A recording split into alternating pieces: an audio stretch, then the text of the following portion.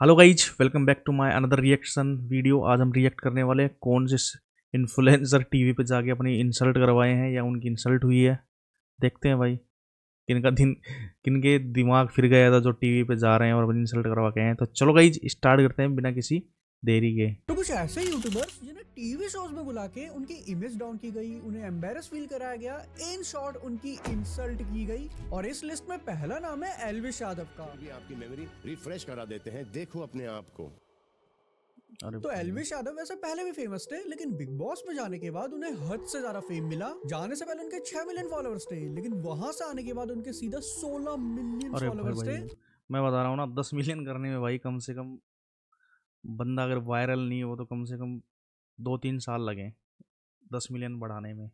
और big boss में एक महीने में भाई 10 मिलियन बढ़ गए भाई, तो मतलब कुछ तो अच्छा किया होगा भाई। और वो हो इसलिए थे क्योंकि उन्होंने बिग बॉस काफी बढ़िया खेला था, लेकिन उस शो में उनसे एक ऐसी गलती हो जाती है जिसके चक्कर में उन्हें काफी ज्यादा एम्बेरस किया जाता है। तो होता क्या है, बिग बॉस में एक एंजल डेविल का टास्क होता है जिसमें दो कंटेस्टेंट बेबिका और मनीषा रानी के बीच बड़ी फाइट हो जाती है, जिसमें धक्का मुक्की होती है और मनीषा रानी रोने लग जाती है। और दोस्त होने के नाते अभिषेक और एल्विश मनीषा रानी और फाइट दोनों को शांत कराते हैं। तो जब ये टास्क खत्म हो जाता है उसके बाद ये तीनों एक जगह में बैठ के इसी फाइट और बेबिका के बारे में बात कर रहे होते हैं। और उसी बीच एल्विश यादव गुस्से में आकर कुछ ऐसे शब्द बोल देते हैं बेबिका के लिए जो उन्हें नहीं बोलने चाहिए थे। कुछ एब्यूसिव वर्ड का वहां पे यूज कर लेते हैं, जिसे बिग बॉस बीप कर देते हैं। कुत्ता ना पूछे, इसलिए बात पता है इसके पोस्ट पे कैसे कमेंट आते हैं। लाइक चढ़ा 36,000।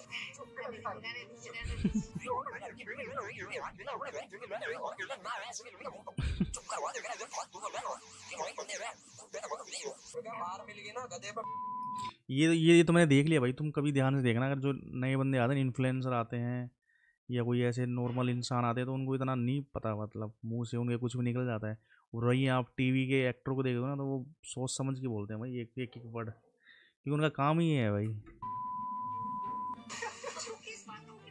एंड फिर इसी क्लिप को वीकेंड के बारे में सबको दिखाया जाता है। तुम खुद सोचो, पीठ पीछे तुमने किसी को गाली दी है, फिर उस क्लिप को उस पर्सन को तो दिखाया जा रहा है, साथ में पूरे घर वालों को भी दिखाया जा रहा है। और बिग बॉस वाले यहाँ पे भी नहीं रुके। इस इंसिडेंट को दिखाने के लिए वो वहाँ पे एल्विश की मदर को लेके आ जाते हैं, जो कि काफी ज्यादा गलत था। ठीक है, एल्विश ने गलती करी जिसको सबके सामने वहाँ पे कॉल आउट किया गया, वहाँ पे कोई दिक्कत नहीं थी, लेकिन टीआरपी के लिए वहाँ पे सीधा एल्विश की मदर को लेके आ जाना, वो ये तो मैंने देख लिया भाई। बिग बॉस में पूरा प्लानिंग करते हैं भाई, इस एपिसोड को कैसे बड़ा करें भाई। और वो क्या बोलते हैं उसको, जैसे कि किसी से लड़ाई हो 10 साल पहले, उसको भी खोद के निकाल आते हैं भाई। किसी के एक्स हो, किसी के साथ टाँका बढ़ाओ, सबको ढूंढ ढांड के लिए आते हैं भाई। ये तो काफी ज्यादा गलत था, बट इस सिनेरियो के चक्कर में एल्विश को वहाँ पे काफी एम्बेरस और इंसल्टिंग फील कराया गया। जब आपने खुद ने ये स्टोरी देखी आज, कैसा लगा आपको? सही नहीं लगा भाई। अगली है अंजलि अरोड़ा, जो एक यूट्यूबर नहीं एक इन्फ्लुएंसर है। आई मीन इन्फ्लुएंसर भी नहीं कह सकते क्योंकि वो इन्फ्लुएंस करती क्या है, एक एक्स टिकटॉकर और रीलर है, जिसको तुमने तब डिस्कवर करा होगा जब उसकी भाई सेवेज मोड में पूरा इन्फ्लुएंसर नहीं है। कच्चा बादाम वाली रील वायरल हुई थी। वैसे इस रील में सिर्फ 33 मिलियन व्यूज थे, लेकिन इतने सारे मीम पेजेस में रील अपलोड हुई कि अंजलि अरोड़ा के अकाउंट में 100 मिलियन से ज्यादा की रीच गई थी। और वहीं से उसने 2 मिलियन फॉलोअर्स गेन कर लिए थे। मेरे आई थिंक 2 मिलियन बढ़े हैं उससे, कच्चा बादाम से। अरे भाई, मेरी अकाउंट रीच उससे गई थी 106 मिलियन। एंड उसके बाद वो काफी रोस्ट भी हुई थी और काफी ज्यादा फेम मिल गया था। तो उसी फेम के चक्कर में उसे लॉकअप शो में बुलाया जाता है, वही शो जहाँ से मुनावर भी फेमस हुआ था। उसी शो में अंजलि को बुला के कंगना रनौत ने उसकी धज्जियां उड़ा दी, या कहे तो उसे रियलिटी चेक दे दिया। उससे सिंपल सा क्वेश्चन पूछा जाता है कि तुम ऐसा करती क्या हो जिससे लोग तुम्हें फॉलो करते हैं। मुझसे ज्यादा लोग इनको फॉलो करते हैं। मैंने इतनी फिल्में की हैं, इतने अवार्ड दिए हैं, लेकिन ये समझ नहीं आ रहा है लोगों को कि आप ऐसा क्या करती हैं जो लोग आपको इतना फॉलो करते हैं और इतने ज्यादा व्यूज आते हैं आपको। हम लोग मुझे प्यार करते हैं, इसलिए वो मुझे फॉलो करते हैं और वो मुझे देखना पसंद करते हैं, और जो मैं करती हूँ चाहे वो उसी के लिए मुझे फॉलो। और ये जवाब देने के बाद वहाँ अंजलि की सीधा वीडियो ही प्ले कर देते हैं। तो हम देखेंगे कि आप करती क्या हैं। Please play the reel.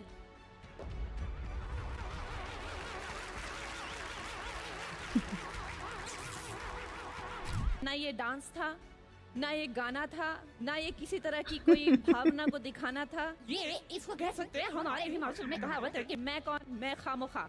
तो आप ये जो खामोखागिरी करती हैं सोशल मीडिया पे और आपके इतने ज्यादा फॉलोअर्स हैं, क्या कहना चाहेंगे? आप लोगों का आरोप सही है या इसमें कुछ ऐसा है जो हम देख नहीं पाए या हमारी उम्र नहीं रही देखने की? अब ये चीज काफी ज्यादा इंसल्टिंग थी, क्योंकि टेक्निकली तुम्हें पता है कि इंटरनेट पे लोग तुम्हें कैसे परसीव करते हैं, लेकिन वहां से इतना फर्क नहीं पड़ता कि सिर्फ कमेंट आ गए, डीएम आ गया या किसी ने रोस्ट ही मार दिया। लेकिन यहाँ तो जो लोग अंजलि को इंटरनेट पे बोलते हैं वो सीधा लाइव मूवमेंट पे ही हो गई, तो कैसा फील हुआ होगा। अगले हैं A2 मोटिवेशन एके अरविंद अरोड़ा, जो वेदांतु, अनअकैडमी जैसे प्लेटफॉर्म में केमिस्ट्री टीचर रह चुके हैं। फिर इन्होंने अपना मोटिवेशनल चैनल शुरू करा और फिर अपना इन्होंने एक एजुकेशनल प्लेटफॉर्म कॉन्कर ऐप निकाला, जहां से तुम यूट्यूब, फेसबुक, लिंक्डइन, यहाँ तक कि मोबाइल चलाने तक का भी कोर्स कर सकते हो। और इसी प्लेटफॉर्म के पीछे लेके वो चले जाते हैं शार्क टैंक। मोबाइल चलाने का मतलब कोर्स ये क्या होता है भाई? मोबाइल चलाने का कोर्स क्या होता है भाई? सबको चलाना आता है मोबाइल।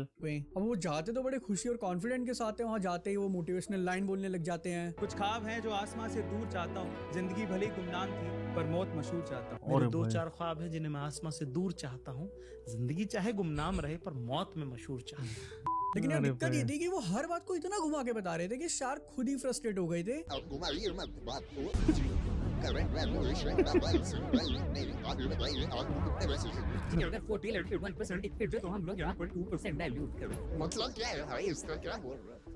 वहाँ ने अपनी आस्क बताने थी कि कितनी इक्विटी में कितना पैसा चाहिए, उसकी जगह वहाँ पे ये बोल रहे हैं ना, ये ठीक से अपने बिजनेस के बारे में वहाँ समझा पाए। और जब शार्क्स ने इनके कोर्सेज देखे तो पता चला कि ये तो यूट्यूब पे फ्री में मिल जाता है। अरे भाई, ये सारा कंटेंट तो फ्री में। फिर पता चला कि इतने सारे कोर्सेज के साथ ये इंग्लिश भी सिखा रहे हैं, तो शार्क का वहाँ पे ऊपर से रिएक्शन कि भाई एक चीज पे फोकस रहो, इतनी सारी चीजें क्यों कर रहे हो। तो लाइव सेशन भी होता है जैसे इंग्लिश की लैंग्वेज के लिए हम चाहते हैं कि आप इंग्लिश लैंग्वेज भी सिखाते हैं जी। अरे भाई, इवन ना ही इन्हें अपने कॉम्पिटिटर के बारे में पता था। आपको नाम बताइए, सीखो नहीं सकते नहीं पता। जिसमें शार्क्स का ही कहना था कि तुमने ऑडियंस को इकट्ठा कर लिया, अब उसे अलग अलग जगह से मोनेटाइज करने के लिए कोई भी प्लेटफॉर्म निकाल रहे हो, भले तुमने उसकी नॉलेज भी ना हो। एंड पूरे एपिसोड में उनकी काफी ज्यादा इंसल्ट हुई थी, इसलिए पूरा कमेंट सेक्शन उनकी ट्रोलिंग से ही भरा हुआ था। अगली सिंगर या यूट्यूबर है ढिंचक पूजा, जिसे तुम सब जानते होंगे। इसका पहला वायरल सॉन्ग था सेल्फी मैंने ले लिया, तुम सबने सुना होगा। आज के टाइम उसके ऊपर 52 मिलियन व्यूज है। अब हर चीज की अलग अलग यूएसपी होती है जहां से तुम उसे जानते हो, पहचानते हो, लेकिन ढिंचक पूजा की यूएसपी यही है कि उसके गाने इतने बेकार है कि उसका वही बढ़िया फैक्टर है, इसलिए उसे काफी सारे लोगों ने रोस्ट करा था और वहां से उसे बहुत फेम मिला था। और उसके चक्कर में वो बिग बॉस में चली गई थी एंड वहां उसे सलमान खान से लेकर कंटेस्टेंट तक हर किसी ने उसे ट्रोल करा। लाइक स्टेज के ऊपर ये सलमान भाई के सरकास्टिक वे में ढिंचक पूजा के साथ सवाल जवाब हुए। तो आप ऐसा कैसे गा लेती हैं आप? हम लाख कोशिशों के बावजूद भी हम ऐसा नहीं गा पाते। अरे भाई, क्या है भाई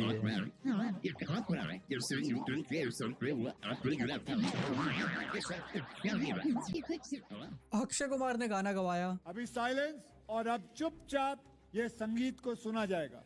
मेरा स्कूटर। इवन अंदर कंटेस्टेंट ने भी कोई भी इज्जत नहीं दिखाई, हर टाइम उसके गाने का ही मजाक बनाया गया। कुछ भी जैसे अभी हम किया ना, कपड़े मैंने पहने हैं आज सारे और यूट्यूब पे हुए मेरे सिर में आज सर पे मेरे लिखू का था। एंड ये चीज काफी ज्यादा इंसल्टिंग थी, भले वो बोले ना, लेकिन बुरा तो लगेगा ही सबको। अगला है थारा भाई जोगिंदर, जो मेनली फेमस हुआ था अपनी यो थारा भाई जोगिंदर वीडियोस से। फोड़ दिया फोड़ दिया। फेसबुक में दूसरे लोगों की मदद करता था, वहां से काफी फेम मिला। और डोनेशन के नाम पे 2.5 करोड़ के स्कैम के एलिगेशन में भी काफी फेम मिला। बट एक्चुअल लाइमलाइट मिली जब थारा भाई जोगिंदर ने टॉक्सिक यूट्यूबर के साथ एक स्क्रिप्टेड कंट्रोवर्सी करी एंड उसी के बाद यूट्यूबर्स ने थारा भाई जोगिंदर को रोस्ट करना शुरू कर दिया था। तो यहाँ से जो फेम मिल गया था उसके चक्कर में वो 2021 में रोडीज में चले जाता है। अब वहाँ सबसे पहले एक्टर सोनू सूद, जिन्होंने कोविड के टाइम काफी गरीबों की मदद करी थी। फिर उसकी पीआर जहाँ से लोगों ने उन्हें बहुत पसंद करना शुरू कर दिया था, तो उन्होंने जोगिंदर के आते ही जोगिंदर को प्रेस करना शुरू कर दिया कि भैया तुम बहुत अच्छा काम करते हो। ध्यान है एक वीडियो मुझे भी टैग होके आया था और आप ही थे। बहुत अच्छा काम करते हो। यहाँ से जोगिंदर की तारीफ वारीफ हो जाती है। फिर जब दूसरा कंटेस्टेंट आता है उसे बोला जाता है कि अब तुम थारा भाई जोगिंदर की नकल करके दिखाओ, और जो वो करता है उसके बाद जोगिंदर को खुद शर्म आने लग जाती है। यो जोगिंदर खेतों में इतना हक देगा, खेतों में इतना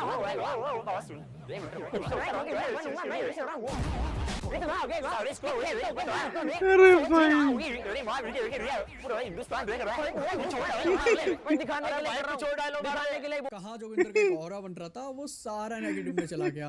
अगले हैं UK07 जो काफी फेमस ब्लॉगर है। इनकी कंट्रोवर्सी भी हुई थी आमिर माजिद के साथ, जो मैंने इस वीडियो के अंदर बताई थी। एंड उसके बाद इन्हें काफी फेम भी मिला था, बट ऑल ओवर पर्सनालिटी काफी पसंद आती थी, लोगों को बढ़िया लगते थे। लेकिन जब एक्चुअल पर्सनालिटी दिखी तब कुछ और ही हो गया। अब देखो अनुराग ने यहाँ पे कुछ भी करा, उसकी कैसी भी पर्सनालिटी पर्सनैलिटी हो, अगर इसे हम साइड भी रखे तब भी एक्चुअल में बिग बॉस उसे जलील कर रहे थे अंदर। लाइक एक बार अनुराग को उन्होंने वही तो यार, बिग बॉस में भाई पूरी मतलब रेपुटेशन की माँ बहन कर दी थी भाई। डांस करवा दिया और उसकी जब मीम कटी बाहर तो बिग बॉस वालों को पता चल गया कि यहाँ से टीआरपी आएगी, तो जानबूझ के उससे बार बार डांस करवाते थे। अब किसी को नहीं आता तो नहीं आता, उसमें क्या ही कर सकता है वो। पहले से टोका जाता रहा कि तो अपने फैंडम में ज्यादा घमंड मत कर, उसके बारे में ज्यादा बात मत कर। पूछता था कि मैंने इस पे गलत क्या करा, तो उसी चीज को वापस कॉल आउट करते थे कि तू वापस से इस पे बात कर रहा है। इन शॉर्ट ऐसा टैग लगा देते कि तेरी खुद की कोई पर्सनैलिटी नहीं है, तू सिर्फ फैंडम के अपने भरोसे यहाँ पे आया है और उसका घमंड दिखाता है और सिर्फ उसी के भरोसे यहाँ पे बैठा है। मेरे पे कोई एहसान नहीं कर रहा यार, I'm a part of this show, मैं क्लियर बोलता हूँ। This show proves me मैंने कोई ऑडिशन नहीं क्लियर, अपनी इज्जत फुल इज्जत। बिग बॉस वालों ने कोई मौका नहीं छोड़ा जहाँ पे वो अनुराग को एज अ जोकर दिखा सके, और जब पूरी तरह से बेइज्जत कर दिया, टीआरपी मिल गए, तो उसके बाद सीधा घर से ही बाहर निकाल दिया। सही मायनों में जिसकी सबसे ज्यादा इंसल्ट हुई होगी वो अनुराग ही है। मैंने कहा यार क्यों ही ये डिसीजन ले लिया बिग बॉस में आने का, सब कुछ अच्छा चल रहा था, अच्छा खासा लोग प्यार कर रहे थे, कमा रहा था। अगले हैं फ्लाइंग बीस्ट, जो अपने प्रोटीन ब्रांड 20 लाइव के पिच के लिए शार्क टैंक में जाते हैं, और यहाँ पे हर शार्क इनके खिलाफ ही बात कर रहा था। पहला क्वेश्चन ही पूछ लिया कि अपनी यूट्यूब इनकम बताओ। कोई नहीं बताएगा भाई। वो जो फ्लाइंग बीस्ट ने मना कर दिया तो पूछने लगे जो तुम्हारा घी वाला बिजनेस है वहां से कितना कमा रहे हो। फ्लाइंग बीस्ट ने हाँ इसका भी बहाना दे दिया कि हमने एक एनडीए साइन किया हुआ है तो मैं इसे डिस्क्लोज नहीं कर सकता, मैं अपना ये बिजनेस लेके आया हूँ, तुम इसी के बारे में पूछो। और उसमें क्या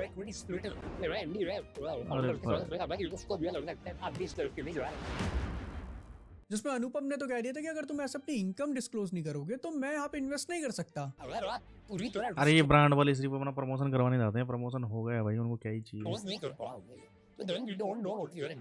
फिर पता चला जो इनके पार्टनर थे राज, इनके पास सिर्फ 11% इक्विटी है और 40% इक्विटी फ्लाइंग बीस्ट के पास है। इससे कोई खुश नहीं था क्योंकि जो मेन बिजनेस एक्चुअल में चला रहा है उसके पास 11% इक्विटी है, और फ्लाइंग बीस्ट जो अपने सोशल मीडिया के through as a marketing purpose के लिए काम आ रहे हैं उनके पास सीधे 40% की इक्विटी है। सारे शार्क का ये मेन कंसर्न था कि भैया जिसके पास सबसे ज्यादा इक्विटी है वो किसी चीज में फोकस्ड ही नहीं है, मल्टीपल चैनल्स चला रहा है, बिजनेसेस चला रहा है, तो इससे कैसे वो और ग्रो कर पाएगा। कल को ये बिजनेस नहीं चलेगा तो ये तो छोड़ के कहीं और चली जाएंगे और पैसा तो हमारा डूब जाएगा।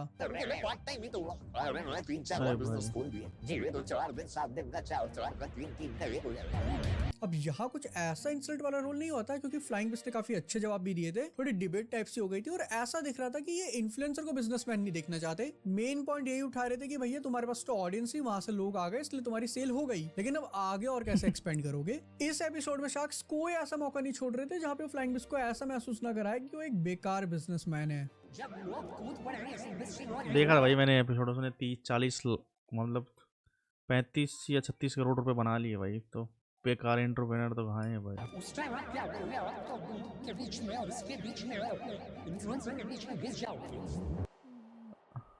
अगर यही थे कुछ यूट्यूबर्स जिन्हें टीवी शोज के ऊपर उनकी इंसल्ट या उन्हें एम्बेरस फील कराया हो। अब इन यूट्यूबर्स में तुम्हारा क्या कहना है, या कोई और भी यूट्यूबर्स था जो छूट गया है वो तुम मुझे कमेंट में जरूर बताना, और यार चैनल सब्सक्राइब जरूर कर देना क्योंकि हमें 50 के हिट करने हैं। करो भाई कि चैनल सब्सक्राइब करो भाई।